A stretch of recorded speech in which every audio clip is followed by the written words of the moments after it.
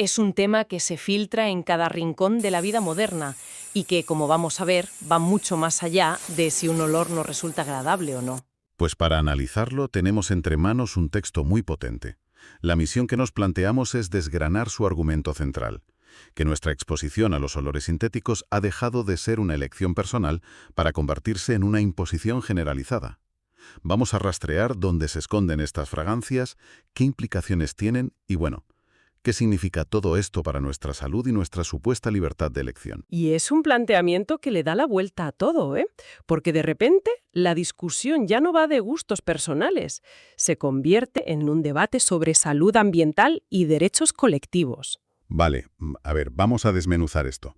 La idea de partida es que eso que asociamos con limpio, fresco o nuevo en nuestro día a día son, en realidad, cócteles de compuestos químicos añadidos de forma totalmente deliberada. Y ese deliberada es la clave de todo. No son un subproducto inevitable de la fabricación, no. Son un ingrediente activo diseñado específicamente para influir en nuestra percepción y nuestro comportamiento de compra. El análisis arranca con un ejemplo que tenemos todos en casa, los productos de limpieza. El texto es muy claro. El olor potentísimo de un detergente o un suavizante no significa que limpie mejor. Afirma que es una falsa sensación de higiene. Es que aquí está la genialidad del marketing. Han conseguido hackearnos el cerebro. Nos han entrenado durante décadas para que nuestro instinto asocie un olor químico muy concreto que no tiene nada que ver con la limpieza real, con la sensación de trabajo bien hecho. Es una ilusión olfativa que vende miles de millones. Ya. Si un producto no huele a limón de laboratorio o a brisa alpina sintética, nuestro cerebro, casi sin que nos demos cuenta, piensa que no está funcionando. O sea que el olor se ha convertido en la prueba de la limpieza, cuando en realidad es solo una capa de pintura química por encima. Y esto no se queda en el cuarto de la lavadora, claro. El texto apunta a los productos de higiene personal, los cosméticos. A veces parece imposible encontrar un gel, un shampoo o una crema sin perfume. Y eso nos lleva a una pregunta incómoda sobre la libertad del consumidor. Si vas al supermercado y todas las opciones en la estantería, desde el desodorante hasta la crema hidratante, contienen estas complejas mezclas de fragancias, ¿de verdad puedes elegir? El texto lo llama ambientación forzada. Y va más allá, menciona los ambientadores, los inciensos sintéticos. Y las bolsas de basura perfumadas. Ese es un ejemplo que da la fuente que me parece increíble, pero, a ver, siendo prácticos, ¿no es mejor eso que el olor a basura? La gente las compra porque funcionan, ¿o no? Funcionan para una cosa, enmascarar. Pero el argumento del texto es que es una solución terrible. En lugar de un problema biológico localizado, como pueden ser los restos de comida, creas un problema químico generalizado. Claro. Llenas el aire de tu cocina, donde preparas la comida, con compuestos sintéticos que respiras 24 horas al día. Es como tapar una mancha de humedad en la pared colgando un cuadro encima en lugar de arreglar la gotera. Vista así, la cosa cambia bastante. Estamos tapando un olor natural con uno químico, y asumimos que el químico es mejor o más seguro. Y esa es la asunción que el análisis nos invita a cuestionar, porque esa exposición es continua, es involuntaria y, como veremos, no es inocua. Vale, lo de los productos de limpieza y los ambientadores lo pillo. Es más o menos evidente. Pero la fuente da un ejemplo que me ha dejado helado. Habla del film de plástico para envolver alimentos. ¿Eso también? Ese es un punto crucial porque nos saca de la idea de que la fragancia es solo algo que se pulveriza. Hay que entender que el olor no es algo etéreo, no es magia. Son partículas físicas, moléculas, que se desprenden de una superficie y viajan por el aire como un polvillo invisible. Ajá. Cuando olemos ese film de plástico, literalmente estamos inhalando trocitos microscópicos de ese plástico y de los aditivos que lleva, y eso aterriza la discusión de una forma muy diferente. ¡Qué barbaridad!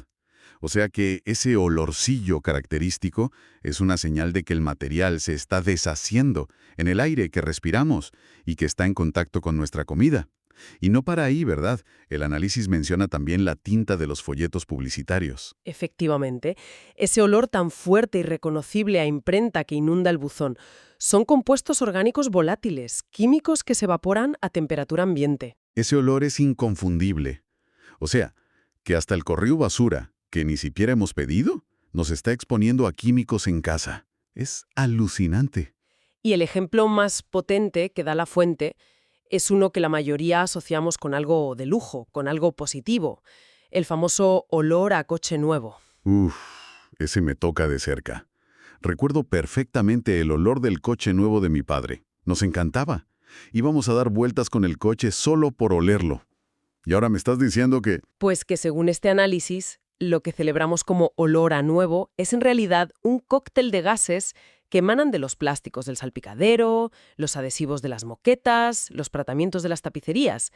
Estamos literalmente sentados en una caja respirando los químicos de los que está hecho el coche. Madre mía. Una señal de advertencia que hemos aprendido no solo a ignorar, sino a celebrar como un símbolo de estatus. Es increíble cómo te pueden cambiar la perspectiva. De repente, esa sensación de estar en un sofá nuevo o estrenando coche pasa de ser algo agradable a ser algo, como mínimo, preocupante. Precisamente. Y ese es el mensaje de fondo. La exposición no se limita a la aplicación directa de un perfume. Está integrada, horneada, en los materiales que conforman nuestro entorno más inmediato. Vale, si esto está en todas partes y no lo elegimos, entonces se cae por completo la idea de que el perfume es una simple elección personal, ¿no? Se derrumba. El texto es tajante en este punto, y cito: «No existe libertad real para no respirar el perfume de los demás». Y esto reformula el asunto por completo. Deja de ser una cuestión de libertad individual para convertirse en un problema de salud pública. Es el mismo principio que se aplicó hace años con el humo del tabaco. Es una analogía muy potente. La elección de una persona de fumarse un cigarro en un bar afectaba a todos los demás. Aquí, la elección de alguien de usar una fragancia potente en un espacio cerrado, un ascensor, la oficina, el metro, impone una exposición química involuntaria a todo el mundo. El texto lo llama una exposición involuntaria para terceros, o contaminación pasiva, porque la toxicidad, como bien señala el análisis, se produce a través de las vías respiratorias. Y lo más grave es que las consecuencias no son las mismas para todo el mundo. Aquí es donde la cosa se pone seria. El análisis menciona específicamente a los grupos más vulnerables y habla de personas con sensibilidad química múltiple, la SQM. Para ser sincero, es un término que he oído, pero no sé exactamente qué implica en el día a día. Es fundamental entenderlo. Cuando la fuente habla de SQM, no se refiere a una simple molestia o a que un olor no te guste. Habla de una condición médica en la que el sistema nervioso se ha sensibilizado a niveles muy bajos de químicos. Entiendo. Para una persona con SQM, entrar en un ascensor donde alguien se acaba de echar perfume puede significar una migraña instantánea y brutal, náuseas, una fatiga extrema o una niebla mental que le impide pensar o trabajar durante horas o incluso días. Es realmente incapacitante. Vamos, que se convierte en una barrera invisible. Puede impedir a alguien usar el transporte público, ir al cine o incluso acudir a su propio puesto de trabajo. Exacto. Lo que para una persona es un gesto de coquetería o higiene, para otra puede ser el desencadenante de una crisis de asma, si tiene asma, o un episodio agudo de su enfermedad. Y el texto no solo habla de SQM, menciona también a niños cuyo sistema de desintoxicación aún está en desarrollo, a personas mayores, a pacientes inmunodeprimidos o con cáncer. Para todos estos grupos, la carga química constante, que para otros es ruido de fondo, supone un riesgo real y tangible para su salud. El panorama es bastante desolador. Entonces, ¿el análisis se queda solo en la queja o propone alguna salida? Afortunadamente no. Y aquí es clave ver hacia dónde apunta. Desvía el foco del consumidor individual, que como hemos visto a menudo no tiene alternativas reales, y lo dirige hacia las industrias y los organismos reguladores. El texto reclama fundamentalmente 3 cosas. A ver, la primera sería... La primera es la responsabilidad de la industria. Exigir cuentas a los fabricantes que utilizan miles de sustancias químicas cuya seguridad a largo plazo es, como mínimo, dudosa. Y sobre todo acabar con el secretismo. La palabra fragancia o perfume en una etiqueta es un agujero negro.